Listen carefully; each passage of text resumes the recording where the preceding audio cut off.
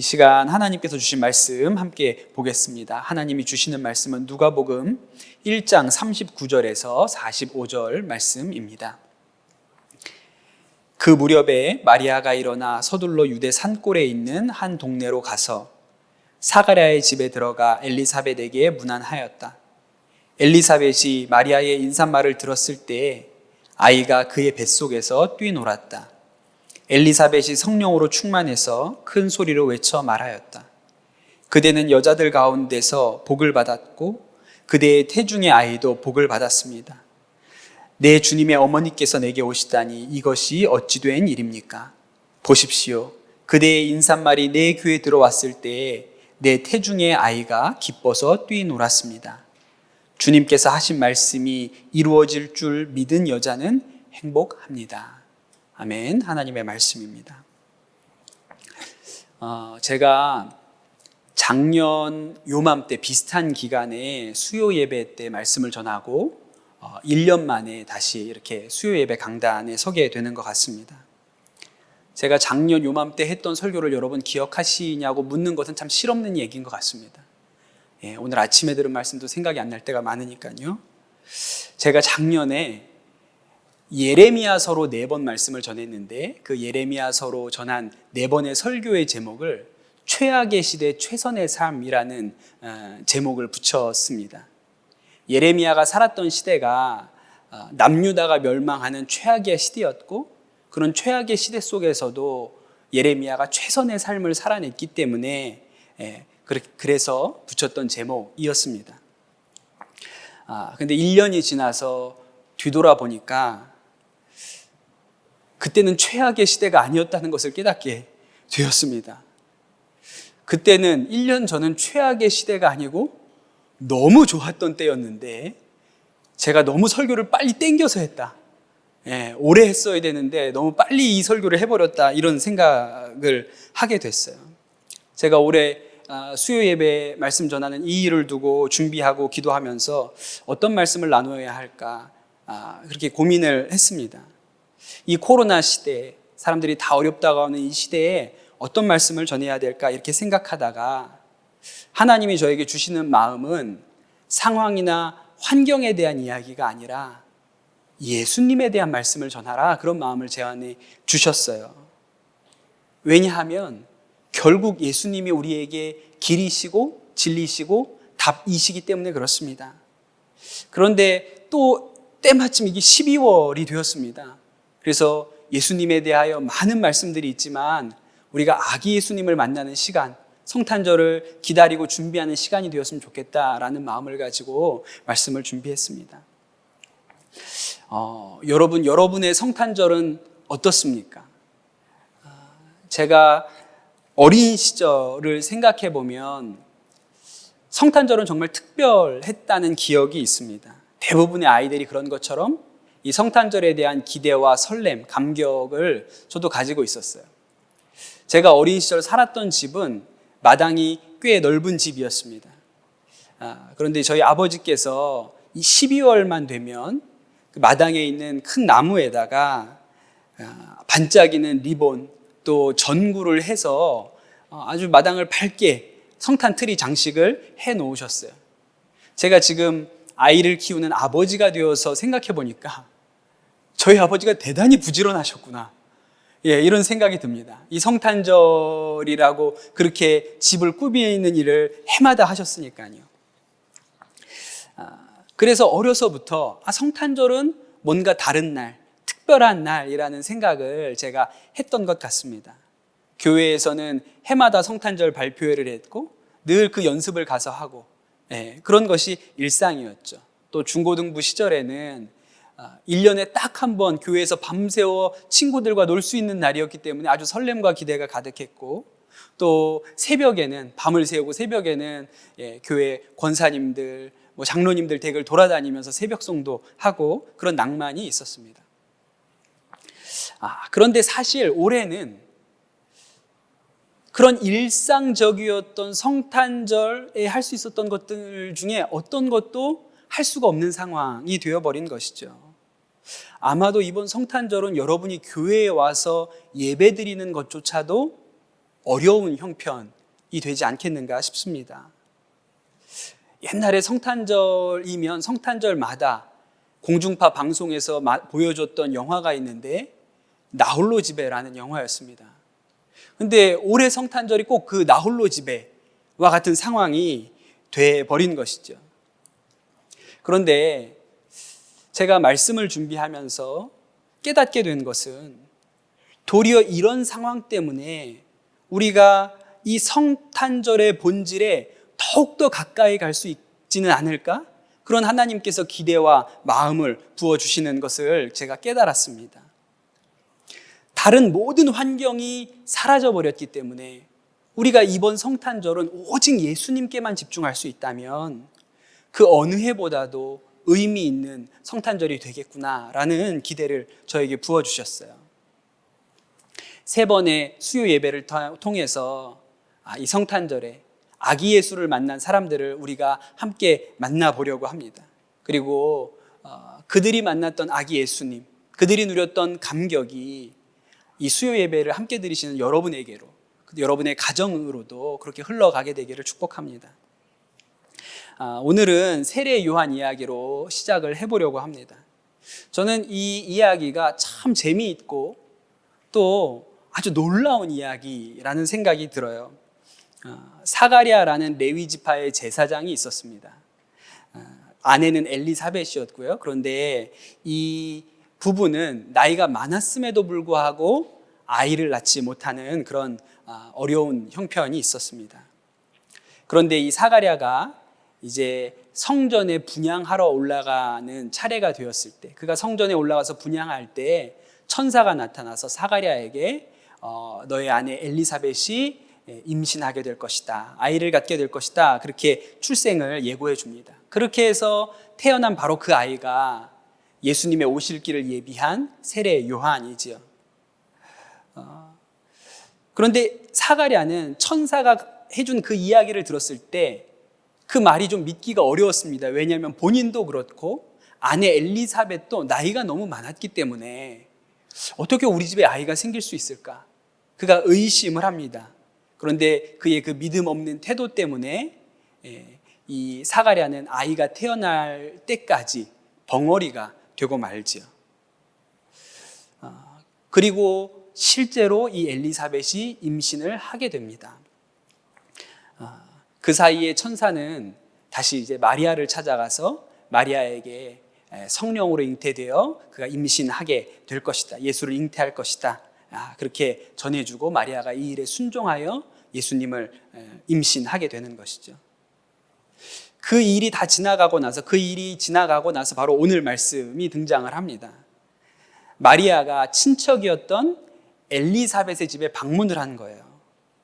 그리고 마리아가 찾아오니까 엘리사벳의 태중에 있었던 요한이 막 움직이기 시작한 것이죠.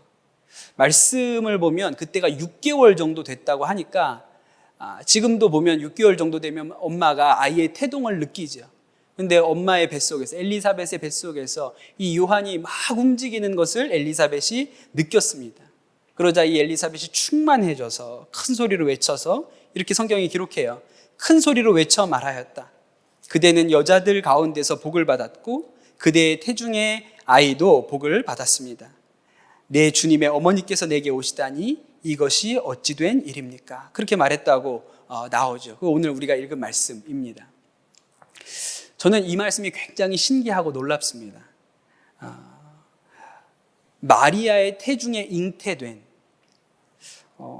얼마나 되었는지 알 수 없는데 성경을 좀 꼼꼼히 읽어보면 그 무렵이라고 나오거든요. 그 무렵.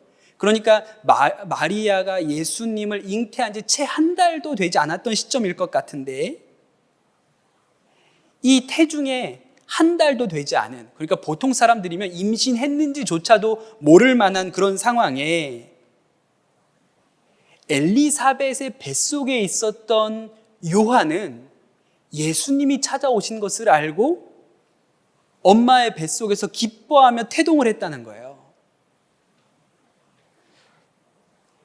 신기하지 않습니까? 저만 신기한가요? 네. 그러니까 엘리사벳 안에 있었던 이 요한은 엄마의 뱃속에 있는 태아였는데도 불구하고 예수님이 오신 것을 알아챌 수 있는 영적인 예민함과 민감함을 가지고 있었다는 것이죠.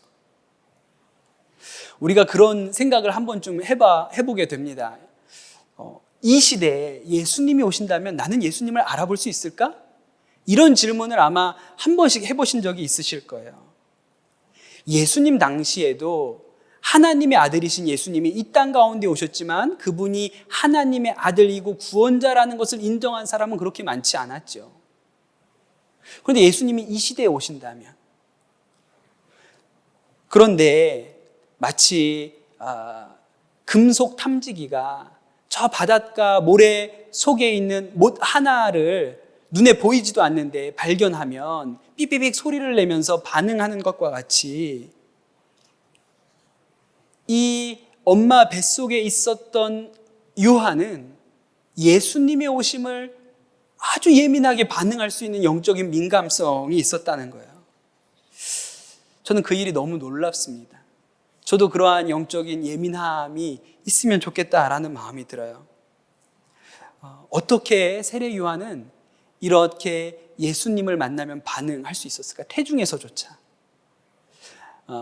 오늘 읽진 않았지만 그 앞선 이야기를 잘 읽어보면 힌트가 하나가 나옵니다. 누가복음 1장 15절에 보면 천사가 사가랴에게 가서 요한의 탄생에 대해서 예언하면서 이런 얘기를 해요. 어머니 뱃속에 있을 때부터 성령을 충만하게 받을 것이며 그래요. 그러니까 이 요한은 엄마 뱃속에서부터 성령에 충만했다는 얘기죠. 성령에 충만한 이 아기가 성령으로 잉태된 아기. 그러니까 사실은 성령님 그 자체이신 예수님 앞에 반응하는 것은 사실은 너무나도 지극히도 당연한 일인지도 모르겠습니다. 저는 또 한 가지 궁금증이 생기는 거예요. 어떻게 하면 엄마 뱃속에서부터 충만할 수 있을까? 어떻게 하면 엄마 뱃속에 있는 아기가 충만함을 누릴 수가 있을까? 우리가 모태신앙이라는 말을 잘 씁니다. 엄마 뱃속에서부터 예수를 믿었다는 거죠. 사실은 예수를 믿은 게 아니라 엄마 뱃속에 있었던 건데 예수 믿는 엄마를 따라 뱃속에 있으면 모태신앙이라고 하죠. 그런데 엘리사벳의 배 안에 있었던 요한은 그 정도가 아니고 모태 성령 충만이라는 거예요. 엄마 뱃속에서부터 성령 충만. 저도 두 아이를 낳아서 키우는 아버지인데 저희 아이들이 엄마 뱃속에서부터 충만했을까? 저희 둘째가 좀 충만한 아이기는 합니다. 기도를 열심히 하는 아이인데 엄마 뱃속에서부터 충만했는지 잘 모르겠어요. 어떻게 하면 엄마 뱃속에서부터 충만할 수 있나? 그냥 요한이니까 아주 특별한 사람이기 때문에 그랬던 것인가? 저는 이 일에 대해서 우리가 생각해 볼 만한 이야기 하나가 있다고 해서 제가 찾아봤습니다. 2차 세계대전이 끝나던 1944년 가을에 독일군이 네덜란드로 들어가는 모든 식량을 막는 그런 봉쇄하는 작전을 했다 그래요. 그래서 1944년 겨울은 이 네덜란드 사람들에게 있어서는 아주 춥고 배고픈 겨울이었다고 알려져 있습니다. 그 겨울에 굶주려 죽은 사람이 10,000명에 가깝다고 하니까 정말 끔찍한 그런 겨울이었죠. 그런데 여러분, 그렇게 참혹한 겨울에도 아이들은 태어납니다. 그리고 나서 70년의 시간이 지나 놀라운 발견 하나를 하게 되는데, 그 추운 겨울, 배고팠던 겨울, 1944년 겨울을 보내고 태어난 1945년생들이 다른 해에 태어난 사람들에 비해서 비만, 당뇨, 고혈압, 심장질환의 발병률이 월등히 높았다는 거예요. 45년생들만. 그 네덜란드에서 이 일에 대해서 연구를 하기 시작합니다. 그 연구의 결과는 어떤 것이었냐면 1945년에 태어난 아기들은 엄마 뱃속에서 굶주림을 경험한 것이죠. 엄마만 굶주렸던 것이 아니라 엄마 뱃속에 있는 아이도 먹을 것을 먹지 못해 굶주렸어요. 그런데 이 아기들이 엄마 뱃속에서의 그 굶주림의 경험 때문에 그들의 유전자에 이 굶주림이 각인되었다는 것입니다. 아기의 세포에 먹을 것이 들어오면 우리는 그 영양분을 에너지로 바꿔서 대사에 활용해야 되는데 이 아기들의 세포는 언제 다시 굶주릴지를 모른다는 두려움 때문에 대사에 활용하지 않고 그 영양분을 다 몸에 축적되는 형태로 움직이기 시작했다는 거예요. 그렇게 몸속에서 유전자를 프로그래밍 해버렸다는 것이죠. 그래서 그 당시에 굶주렸던 엄마의 뱃속에 있었던 아이들은 자라서 비만이 될 확률이 높고 이 비만에 따른 합병증에 걸리는 경향도 다른 아이들에 비해서 훨씬 높아졌다는 이야기입니다. 꼭 전쟁 때만이 아니라 입덧이 아주 심해서 아이가 충분히 먹지 못한 경우에도 비슷한 경우들이 생긴다고 그래요. 제가 이 얘기를 왜 여러분한테 드리냐면 태아에게 지대한 영향을 미치는 것이 엄마의 상황과 환경이라는 것입니다. 그래서 우리가 태교를 강조하잖아요. 그러니까 진짜 태교가 중요한 거예요. 아기를 가진 엄마가 좋은 것만 보고 좋은 것만 생각해야 된다고 그렇게 하는데 실제로도 과학적으로도 그런 것이죠. 또 우리가 임신 중에 엄마가 이 아이를 낙태해야겠다 이런 생각을 한 경우에 우리가 그 내적 치유 같은 것을 해보면 태아 때의 그 느낌, 그 엄마에게서 거절당한 그 느낌이 상처로 남아있는 경우들도 왕왕 보게 되죠. 그러니까 이 엄마의 생각, 엄마의 마음이 사실은 태아한테 굉장한 영향을 미치는 것이죠. 그러니 여러분 이 이야기, 요한이 엄마의 뱃속에서부터 성령에 충만했다는 얘기는 곧 엄마였던 엘리사벳이 성령에 충만했다는 이야기와 다르지 않습니다. 요한의 어머니 엘리사벳이 성령에 충만했었던 것이죠. 오늘 말씀에 보면 이 엘리사벳의 뱃속에 있었던 요한이 마리아가 오니까 막 뛰놀았고 그래서 엘리사벳도 성령에 충만해졌다고 나오는데 또 뒤집어서 엘리사벳이 성령에 충만했기 때문에 요한도 성령에 충만했고 그 요한이 누렸던 성령의 충만함을 엘리사벳도 누린 것이죠. 이 메시지는 아주 단순하게는 집에 가정에 아내가 임신했을 때는 남편이 아내를 지극정성으로 모셔야 된다 이런 교훈을 주죠. 아내가 임신했을 때는 먹고 싶다 그러면 다 사다 줘야 되고 아내의 심기를 불편하게 하는 일은 하지 말아야 된다 이런 교훈을 우리에게 줍니다. 그런데 이런 교훈에 비추면 저는 한없이 작아지는 죄인입니다. 그러나 우리 유기성 담임 목사님이 여주에서 목회하시던 시절은 참 우리에게 귀감이 되지요. 당시에 사모님이 임신 중에 계셨는데 사모님이 간장게장을 드시고 싶다는 말씀에 그 시골에서 냄비를 들고 간장게장을 사오셨다는 이 놀라운 미담, 모든 남자들이 경청해야 될 일입니다.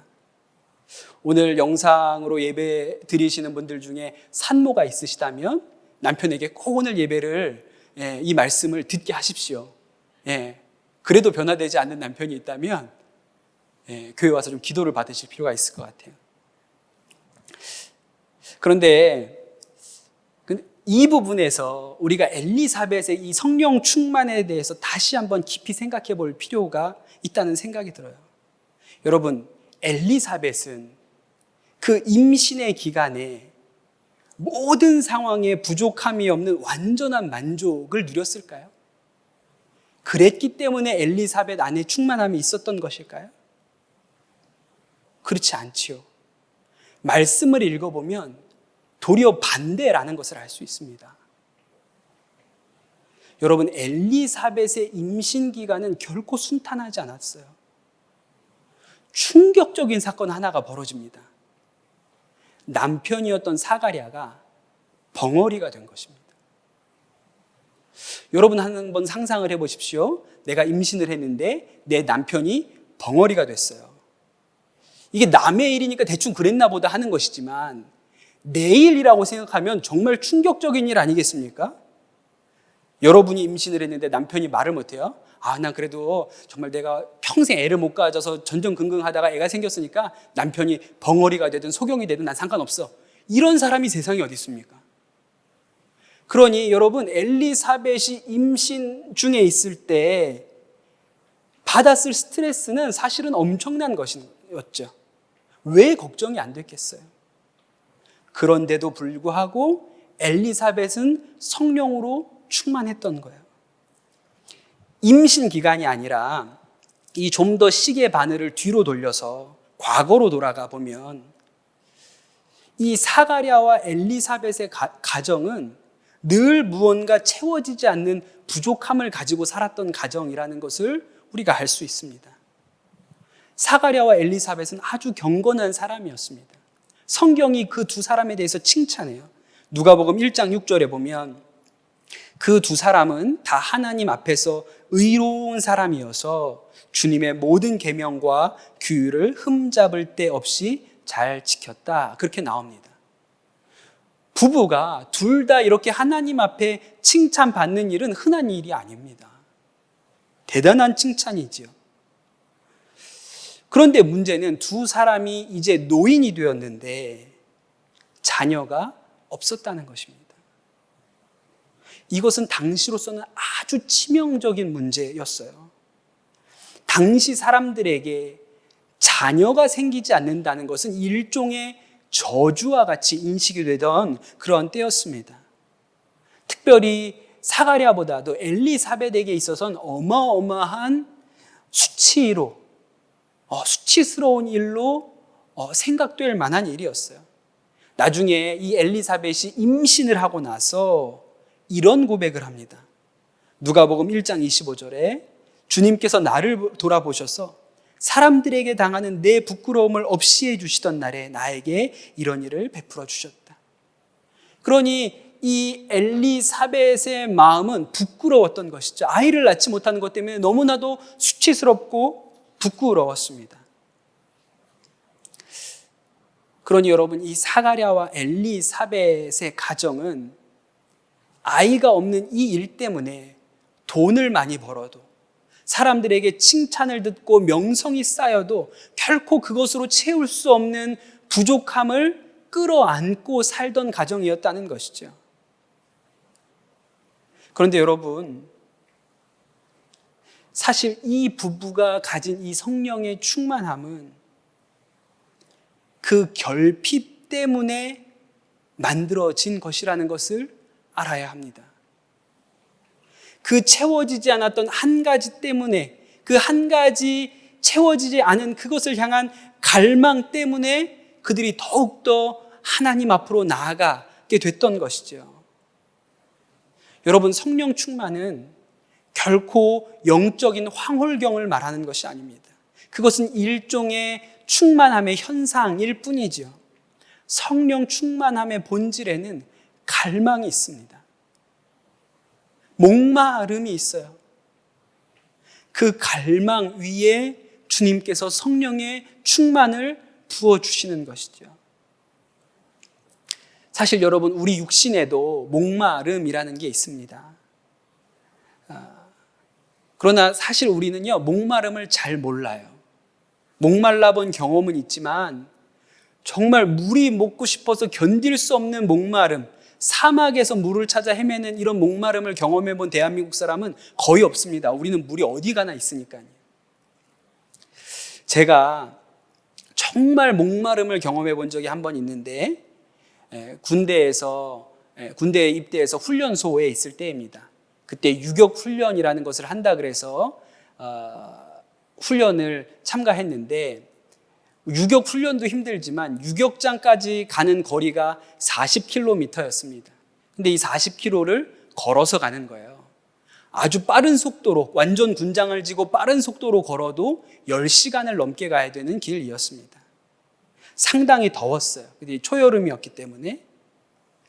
그런데 그렇게 힘든 행군 길이었지만 저희한테 오아시스가 있었는데, 그때 훈련 받을 때 목사, 신부, 스님 이렇게 같이 훈련을 받았기 때문에 각각의 종교 시설에서 나와가지고 저희들을 위문해 줬습니다.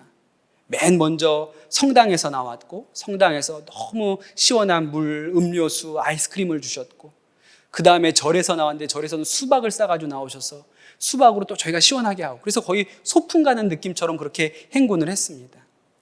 그래서 수통, 물통을 다 군인들이 차죠. 그 수통을 채워야 하는데 채울 생각을 하지 않았어요. 왜냐하면 가는 데마다 먹을 걸 주니까요. 그러고 가득 채우면 무거우니까 안 채워도 된다 이렇게 생각을 한 거죠. 교관이 이제 본격적으로 산을 올라가는데 여기가 마지막 수통을 채울 수 있는 곳이니까 물을 다 채우라고 얘기를 했습니다.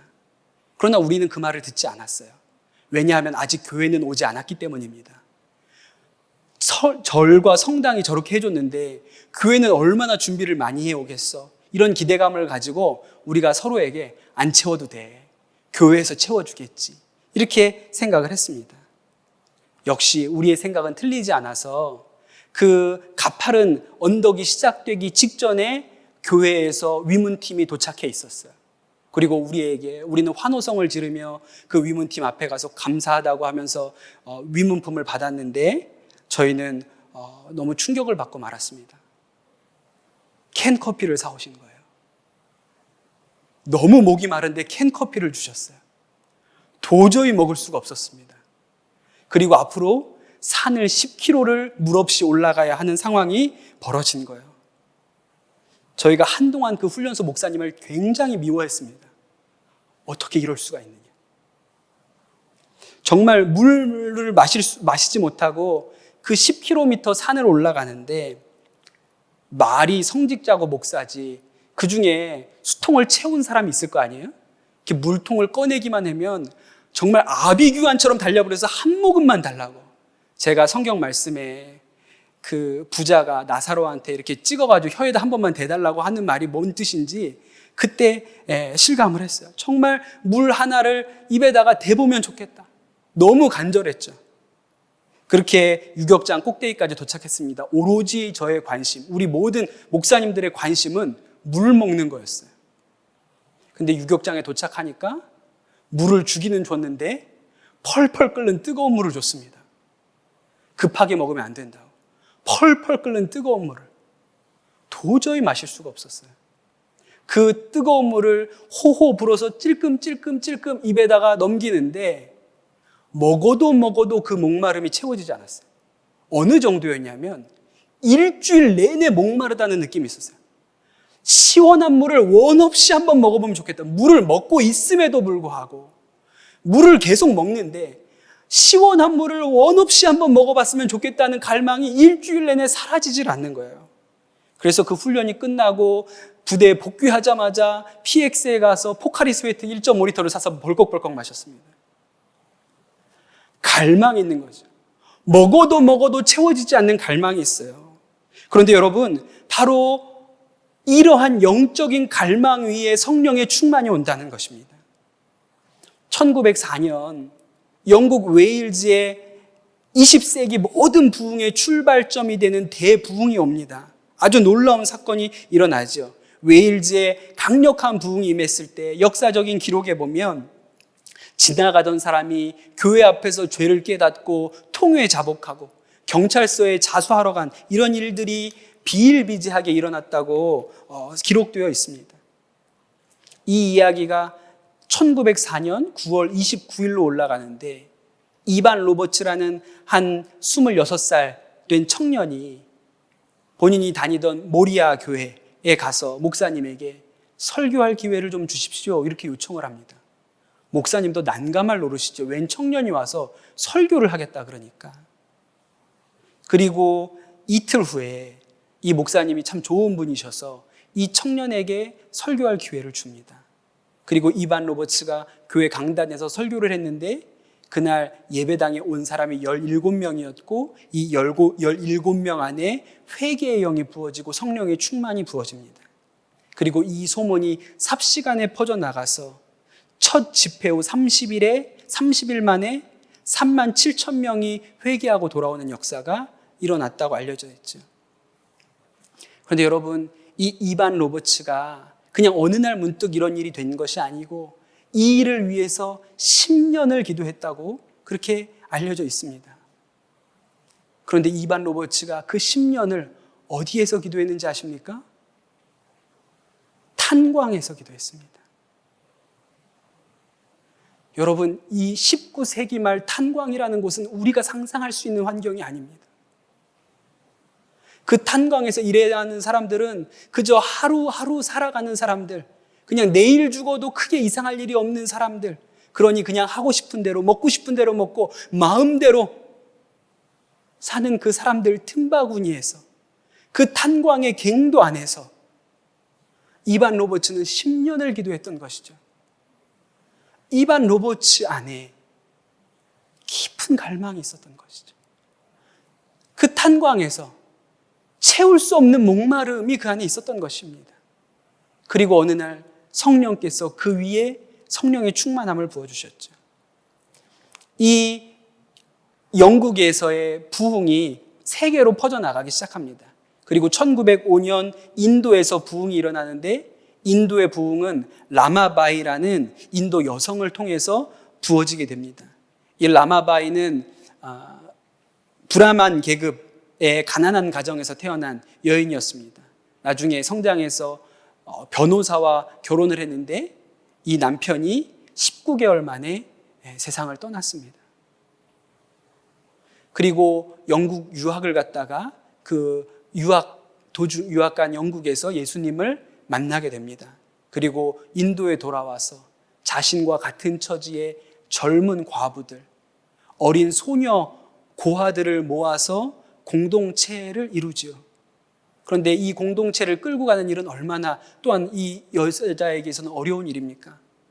그래서 그녀가 성령 충만을 부어주시기를 위해서 8년을 기도합니다. 그리고 그 소외된 여성들, 남편을 잃은 젊은 과부들과 고아 소녀들의 공동체 위에 성령의 기름 부음이, 성령 세례가 임하죠. 1906년에는 영국 로스앤젤리스의 부흥이 일어나는데 이 부흥의 주역은 윌리엄 세이머스라는 흑인 목사였습니다. 그의 아버지는 노예였고 그는 자유민이기는 했지만 흑인이라 제대로 된 공부 한 번 한 적이 없었습니다. 얼굴은 천연두로 곰보투성이었고 한쪽 눈은 실명해서 볼 수 없는 그런 사람이었어요. 세이머의 인생은 그냥 온갖 결핍으로 채워진 그런 인생을 살았던 사람이죠. 그런데 이 세이머를 통해서 성령의 역사가 일어나게 됩니다. 사람들이 몰려드는데 공간이 없어서 얻었던 곳이, 간신히 얻은 곳이 아주사 213번가. 한때는 예배당으로 쓰였지만 이 세이머가 이 건물을 임대했을 당시에는 마굿간으로 사용되었던 곳. 그런데 그 마굿간 위에 성령의 세례가 왔던 것이죠. 충분히 갖춰져 있었던 것이 아니라 너무너무 부족했던 그 환경 가운데 성령의 임재가 있었던 것입니다. 그 다음 해에는 평양의 대부흥이 옵니다. 그런데 여러분, 이 평양의 대부흥은 많이 들어서 아시지만 사실 그 전에 한 가지 사건을 기억해야 돼요. 1907년 대부흥 이전에 1905년에 조선의 국권 강탈이 있었다는 사실을 기억해야 합니다. 위태위태했던 조선의 왕실이 결국은 몰락하고 을사보호조약이 체결돼서 나라를 잃어버리고 말았습니다.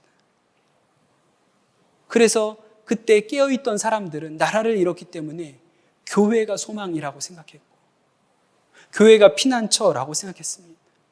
그 가난한 마음 가운데, 그 갈망 가운데, 우리 힘으로 어찌해 볼 수 없는 그 갈망 가운데 하나님께서 대부흥의 역사를 주셨던 것이죠.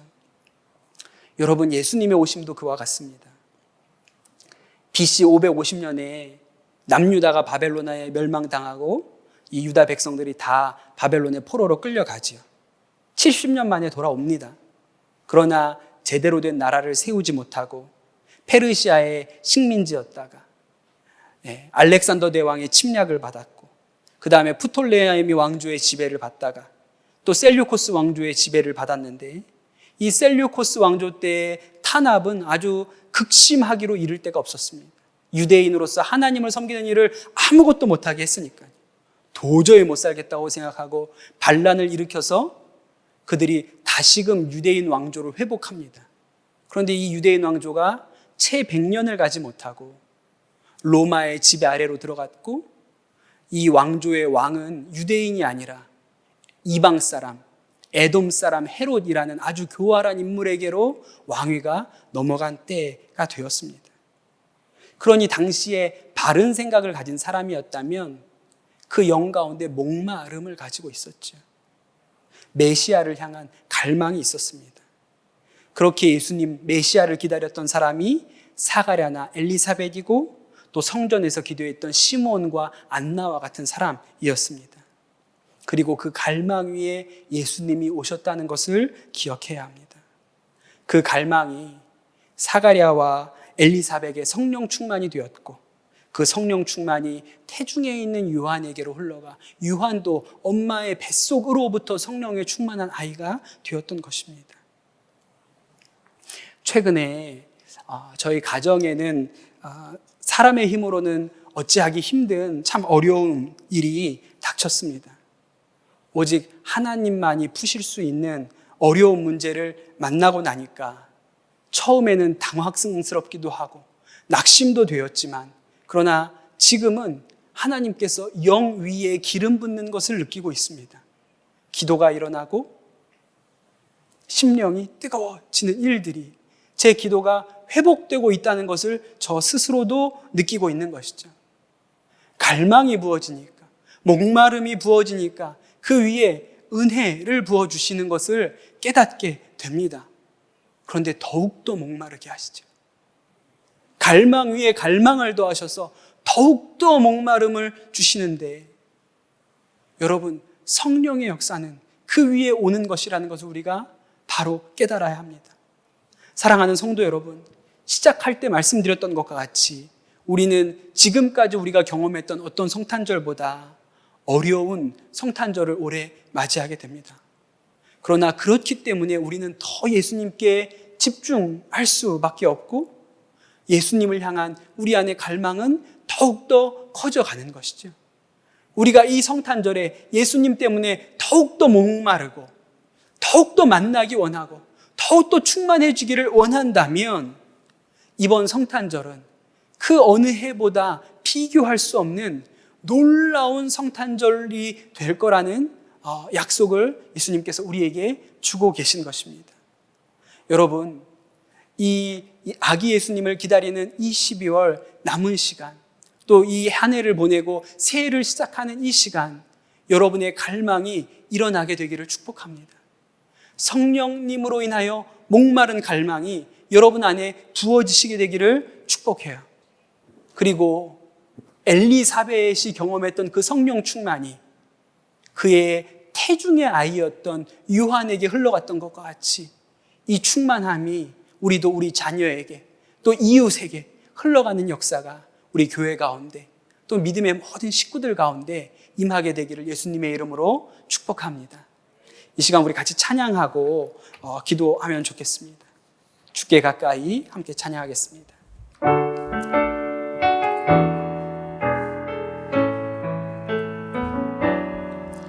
주께 가까이 날 이끄소서. 간절히 주님만을 원합니다. 채워주소서. 주의 사랑을 진정한 찬양 드릴 수 있도록 주께 가까이, 주께 가까이 날 이끄소서. 간절히 주님만을 원합니다. 채워주소서.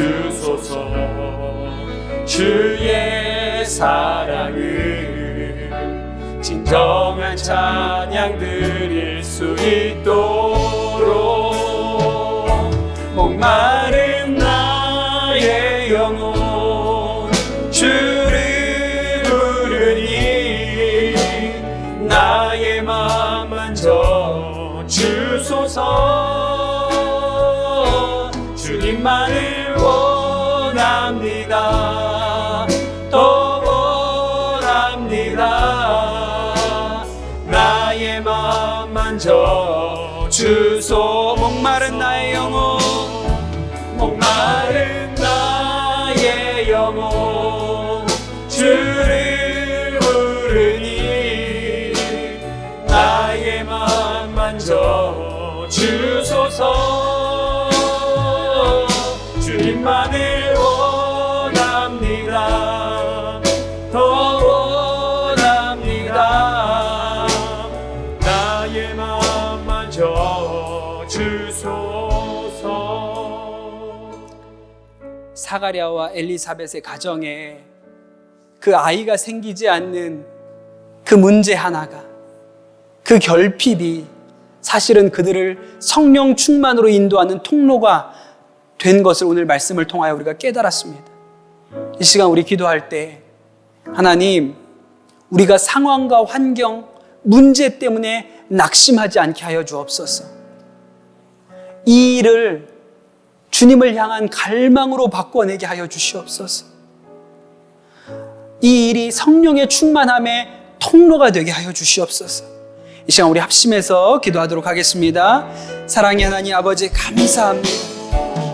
사랑의 하나님 아버지 감사합니다.